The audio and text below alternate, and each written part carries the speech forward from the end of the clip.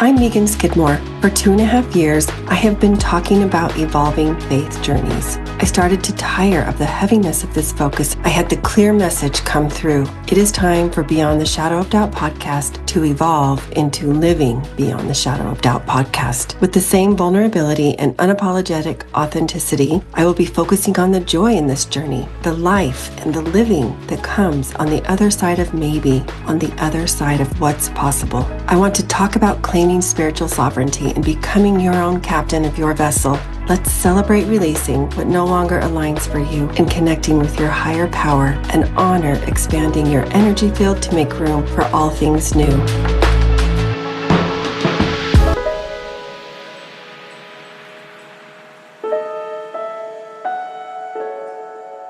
The vibration is high this month on Living Beyond the Shadow of Doubt podcast. Pretense is dropped and caution thrown to the wind in each interview. I'm dropping a new episode daily, spotlighting one of the amazing, soul-led, heart-centered authors of Joan of Arc Publishing, or JOA Publishing, founded by Kira Brinton. Like the namesake for this publishing house, each one embodies the fearless, God-centered spirit left by the legacy of Joan of Arc. Make sure to subscribe so you don't miss a single one.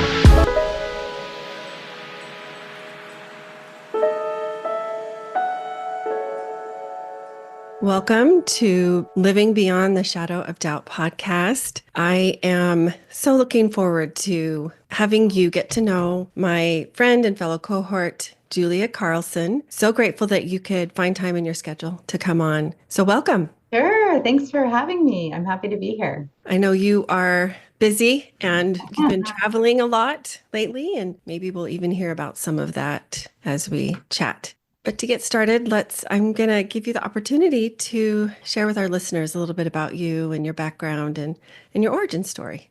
Yeah. So goodness, when I was preparing for this, I'm like, you know what? My background is faith and finances. So Hey, that's a funny combination, right? But it is. Yeah. So I grew up, I really have a good story. Like my parents, my mom was a stay-at-home mom. My dad, for the most part, was a pilot as a child. And so my mom really guided our family in faith. So we went to church in a Christian church basically every Sunday. We did Bible study. And so it wasn't anything I ever thought that was a choice until later in life, actually. And so, but something that I feel like I got from my childhood was that strong faith foundation. You know, my relationship with God has changed since then because it was a very academic relationship, if you will. But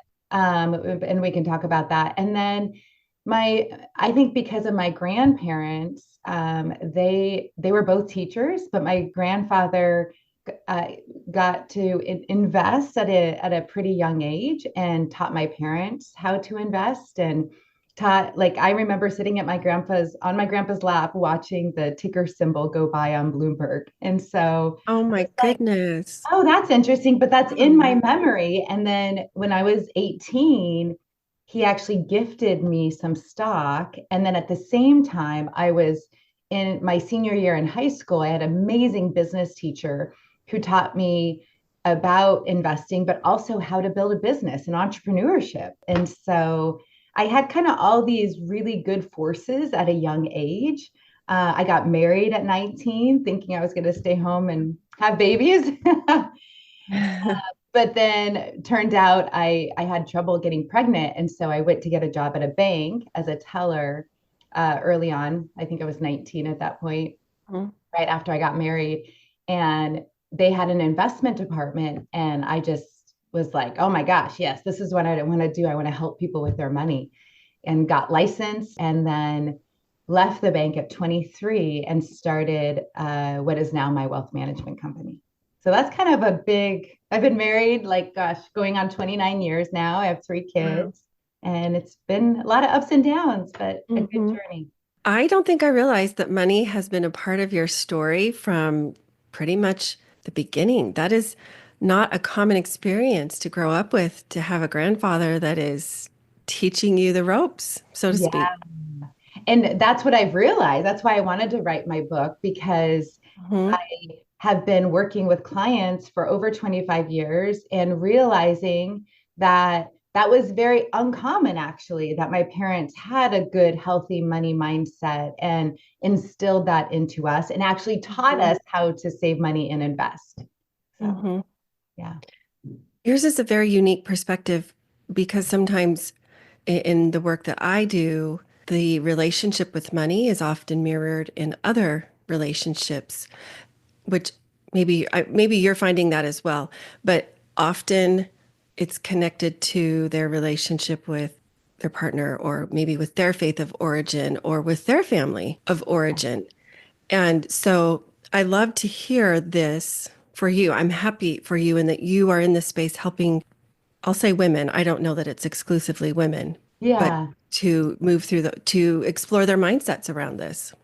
Absolutely. And I also say it's a mirror with our relationship with ourselves, which Yeah, is impacted by all these people that we're close to, right? Like our feelings about ourselves are a reflection of what we were told as kids and friends. Like I have very distinct memories around like someone telling me in seventh grade, I better lose weight before I get to high school, right? Like that instilled in me like a body image issue until I was in my 30s, right? And so it's hmm, like these, so if we were raised in a household that said, we can't afford this, or money is evil, or rich people are bad, or money is the root of evil, like we're going to take those on as our beliefs until we're able to like dig into the subconscious to figure out how did that get wired that way and then how do we rewire it. Yeah. exactly. That's so true. There's so many themes that are woven with money, so many beliefs. How do you help your clients begin to at least increase their awareness around these beliefs and then maybe eventually entertain the thought of, oh, I might be wrong about this?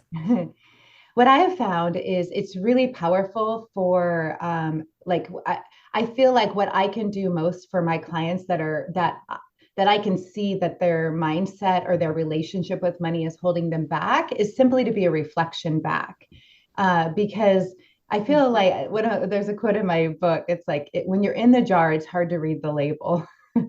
And so typically to just be need Right. someone to just say, here's what I'm hearing you saying, or this is the feeling that I'm getting from you, from what you're sharing with me. So much we just don't talk about money. And I think as women especially, we have to verbally process our feelings. And oftentimes if we can have someone ask the right questions and listen generously to what we're saying and what we're not saying, I think that allows me to really come in and help, like just dig down a little bit and bring that awareness up. Like I Mhm. wonder if there's another way to think about this. Or, of course, you feel this way because these things have happened in your past. And I think if we can do that with, because so much the feeling with money is guilt, it's avoidance, it's ignoring Mhm. it. Mhm.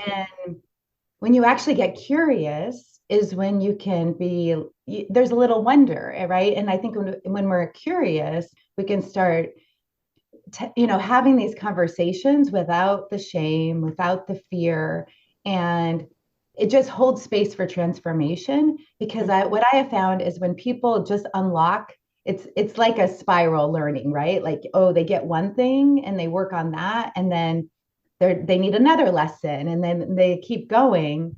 But I think as long as they're taking that action and having that awareness, and I think the biggest thing is forgiveness, like forgiveness for ourselves, Mhm. forgiveness for our partners, forgiveness for our parents or caretakers. Like they did the best, right? And for me, it's like there's always the way I'm optimistic, but there's always like a gift to get from a situation.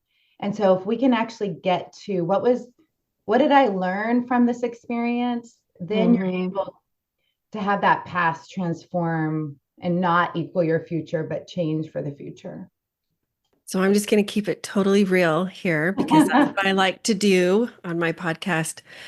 As you're sharing your wisdom and your insight, I'm self-diagnosing. Like, oh, yep, I relate to that. Oh, yep, I've got some of that mindset. And I bring it up because it's possible some of the listeners are Yeah. also having that type of response.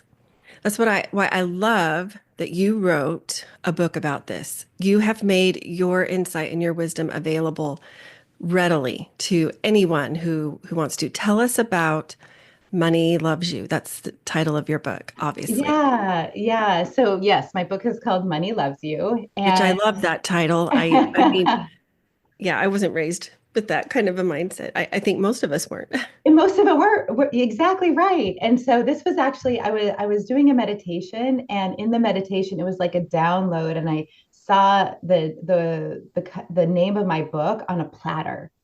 And I was Oh, like, oh my gosh, I wonder if that's the name of my book. And I'm like, yeah, it is. And I went back and forth because it's kind of like, okay, what does that mean? Money's not a person, but it's energy. Money's energy. It's a resource, and we get to decide how we deal with money, and we get to be in charge of money. Like money, so many of us, I think, give power over to money, where no, yeah, like we're in charge of it.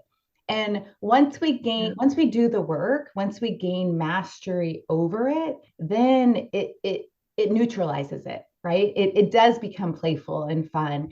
And I Yeah. realize that that could be very far from what someone thinks about now, because I have literally heard either I hate money or money hates me. Like I'm not good with money. Well, of So true. yeah, and that's what's reflected back. And so I think if we can get Mhm. playful about money and bring an energy to it, that's like, you know what, I may not know how to handle my money. And of course, because most of us weren't taught this in by our parents, in our school system. Even when I mean, if you think about going off into the world, the first thing you're offered most likely now is credit cards. And so we can get into debt pretty quickly as Mhm. this next generation, or not the next generation, but the kids today, right? Yeah, Like I was with my girls yesterday in TJ Maxx, and twice they're hounding us to open credit cards, so true. every retailer. Yeah. And so it's like, and that is normal. So if they don't have a voice of like, no, this is why you wouldn't want to do this, Mhm. then like of course we see what's happening today.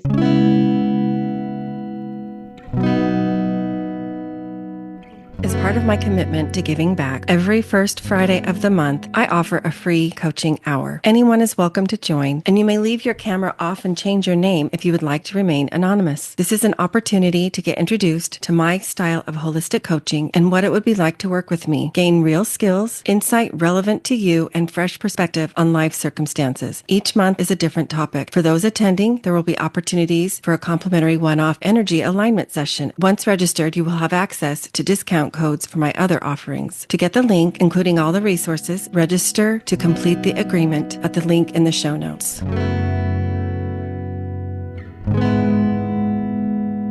So I think it's just so much in my book is about the inner wealth, like how we talk to ourselves, what we think is constantly generating and creating our outer wealth. And so it really starts within. And then we can start taking steps and start taking action to improve the actual building of wealth. I am seeing so many parallels between faith journeys, what Mhm. I talk about a lot here primarily. The name of my podcast is Living Beyond the Shadow of Doubt. When I started this pivot in my faith journey quite a few years back, I felt a lot of these things that you're talking about coming up. These beliefs, they do become a part of our identity. And you're talking about our internal wealth, our personal wealth. We assign a value to those Mhm. beliefs. And if I no longer have those, then what? And Yeah. so this is such important work. I can see that trying to release some of those beliefs or call them into question at least, Yeah. hold space around them, invite curiosity into the mix is something that's needed. surrounding this topic too, not just a faith journey, but money for sure. Do you Yeah. do you find that people kind of grasp onto those and have a hard time letting go because maybe it's tied to their identity? Absolutely. Yeah. I mean, I think that but once they can understand, I think that it's not actually serving them today, then it's like helping them reframe that. And so it could be that it's like, let's reframe that story or reframe that identity. And oftentimes we try to so much stop one thing as opposed to, I think the right way to think about it would be to build a new world. Like here's what I would envision in my future. Here's how I would create my identity. Here's where I would put my faith in. Here's what I believe Mm. about God, and the kind of relationship that I can have with God, and how I can walk, in that spiritual path that feeds me. So it's like, instead of getting rid of the old, sometimes I feel like we place too much emphasis on that as opposing to building a new. Yeah. And also, I think a big piece of the journey with money, and with most things in life, is the ability to trust yourself. Because I think so much we've disappointed ourselves, or we haven't followed through, and that self trust gets broken. And then how do we rebuild that? And it's not by setting these vast, big goals, it's by setting these little things that we can do every day. And those little promises that you can make to yourself and keep them, is starts building that self trust, which I think is a foundation for building wealth, building your spiritual path, building anything you want, your business. So much of my journey has been my identity as an entrepreneur. And I even question that, like, is that a good identity to have? But my entrepreneurial journey has been a spiritual journey. And so because I'm on a path that I never arrive. And that's actually really exciting to me. Mm. So. That's beautiful. That's really well said. I think money has been viewed in terms of absolutes. And I think people will look, I guess I can really only speak to myself and my upbringing and my nurturing and whatnot. Like they're seen as kind of facts, the beliefs surrounding them. And so that's really well said. There's really no point of arrival. It's an expansion of thought. Like I heard you talking about people tried, it's hard to let go of the past. Maybe take a burn it down to the ground approach. Yes, And that doesn't mean you can't pick things from the past that maybe introduce them define it for yourself. You can introduce absolutely. concepts for yourself and Yeah. define that for you. Yeah. I mean, I'm a big ritual person. Like I love Mhm. rituals, so I remember in COVID, I had I had spent my whole 30s trying to lose weight, trying to be in the best shape. Like I had diet books, I had journals, I had all this stuff. And literally my husband helped me. I took it all out and we put it in a big burn pile. And I mean, it was so much, but that was like liberating for me. And I told my husband, do never let me buy a diet book again. Like, I am done. And that was like, since that time, I've lost weight. I feel on top of the world. Like, I don't have restriction. I have total freedom in that. Mhm. And it is that ritual of this, I'm here. It's gotten me to here, but it's not going to take me to where I want to go. So, how do we have a ritual or something that Yeah. sparks new? Yeah. Well, I Yeah. know you're not advocating folks go and burn their money. Nobody really has money to Oh burn. no, don't burn the money. What would be a symbolic ritual, maybe, or what have you seen people do Okay, so here's recent? like, yeah, there's a chapter in my book called The Anti-Budget. And so what I have found is women, especially, they have been either by their spouses, partners, like been put on a budget, or it's like, budgeting in itself is restricting. And so for me, I thought, okay, this is how I do money. I actually don't budget. I actually say, these are the things that are important to me. My future is important to me. A beautiful house to live in, I would like my cell phone because that like allows me to do Mhm. business. So it's like these expenses that we have every day, they can be expenses or they can be like things that you're joyful about. And so, of course, you want to put your future self in that bucket of a priority. And so I think if we can view the lens of how we're spending money and what is that doing for us, we're going to be excited to spend our money that way. And so I try to, and then the other part of that is we all like my kid, I have 3 kids. When we go to Target and spend $500, I'm like, what did we just spend $500 on? So it's like, okay, that's the kind of expenses that we can get rid of if we need to find money to Right. pay down debt or find money to put in that future bucket, like your savings Mhm. and saving for your future. And so it's just the way that you come at how you spend your money, because we all work hard for our money. We all get to Mhm. spend it. We're all in charge of that. And so it's a different energy that you bring and an intentionality versus like a restriction and fear. I love that so much. What a small but very foundational shift. Yeah. Seeing it as expense, when you hear the word expense, it just has a kind of a negative feel to it. Or at least that's how I'll only speak for me. But yeah, that's Vers- people. Yes, that's true. Versus switching it to how do I want to invest in me and my future? Yeah. What is important to me? Yeah. Such a great shift. Love that. I Yeah. can feel And it yeah, and just it's from different for listening. all of us. Yeah. So you may not care about what car you drive. Other people really care, right? And that Mhm. shows up in how they spend their money. Yeah. And there's no wrong with that. Like what Yes. you value is going to be different what I value, and that's Yeah. okay. Yeah. And so it's just like giving that permission to want what you want and do Mm. like yes, of course we have to, pay the bills, but the even the way we think about that is like, oh, I get to do that because this Yes. serves me. Yeah. Yeah, I hear myself thinking that's the same with food. We can choose what food to some people, the source of the food is a little more important maybe, or a Yeah. priority. Same thing with our clothes, the Yeah. style, the how economical it is, or the sustainability of the production. So yeah, it's all about coming back to you and that inner work, like you Yeah. said. Yeah. Lovely. That's so good. We'll make sure and leave a link to your book in the show notes for folks to be able to Great. purchase their own copy. This has been so fun. The time has just flown. I always like to ask a final question of all my guests. I love the insights that are offered. The question is, what does living beyond the shadow of doubt mean to you? Hmm. For me, I feel like that it's faith. Like for me, we're always going to have a sense of fear in the world, but for me, my faith is bigger than any of the fear.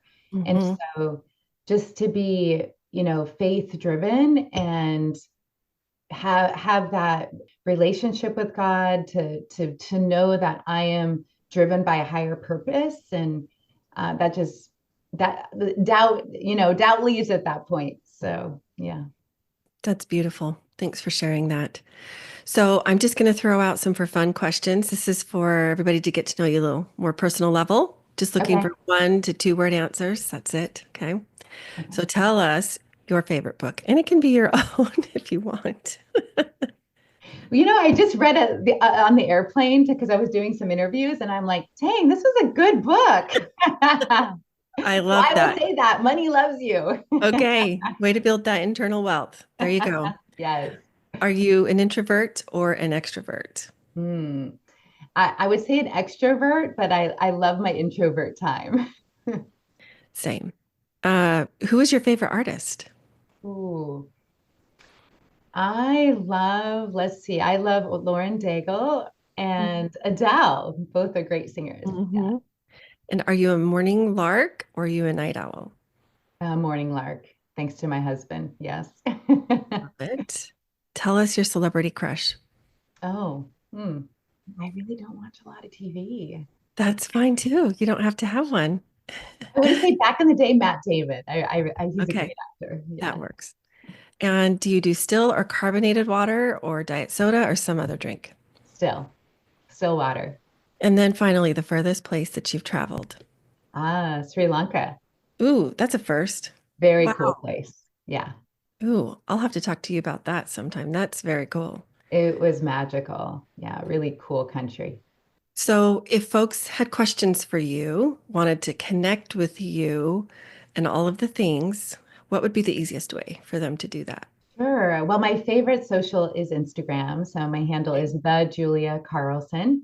Mm-hmm. And then my website is the Julia Carlson as well. But I run my social media and so I'm in my DMs. So feel free to reach out to me. Okay, I'll make sure and leave that in the show notes. Julia, thank you again. This has been so much fun. I've learned a lot from you and also about myself as I've heard all these messages bubbling up. I'm like, okay, I got some work to do. This is good. Ooh, lean into the Yeah, bubbles. good awareness. Thank Yeah. you so much for your time. This has been so Okay. much fun. Yeah, you're welcome. Take care. Writer, teacher, author, Mormon scholar, and founder of Dialogue Journal, Eugene England said, "My faith encourages my curiosity and awe. It thrusts me out into relationship with all creation and encourages me to enter into dialogue." As a proud member of the Dialogue Podcast Network, my hope is that Living Beyond the Shadow of Doubt podcast is an extension of that vision.